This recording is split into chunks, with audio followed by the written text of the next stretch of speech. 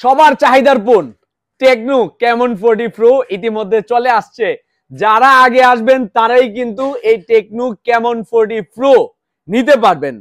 বিশেষ করে যারা 4 মাস 6 মাস এবং 9 মাসের কিস্তিতে নেবেন এই ফোনটি, দয়া করে সঠিক ডকুমেন্ট নিয়ে আসবেন। যেমন অরিজিনাল এনআইডি কার্ড, আপনার পরিবারের অরিজিনাল এনআইডি কার্ড 19 বছর প্লাস এবং 54 বছরের ভিতরে হতে হবে।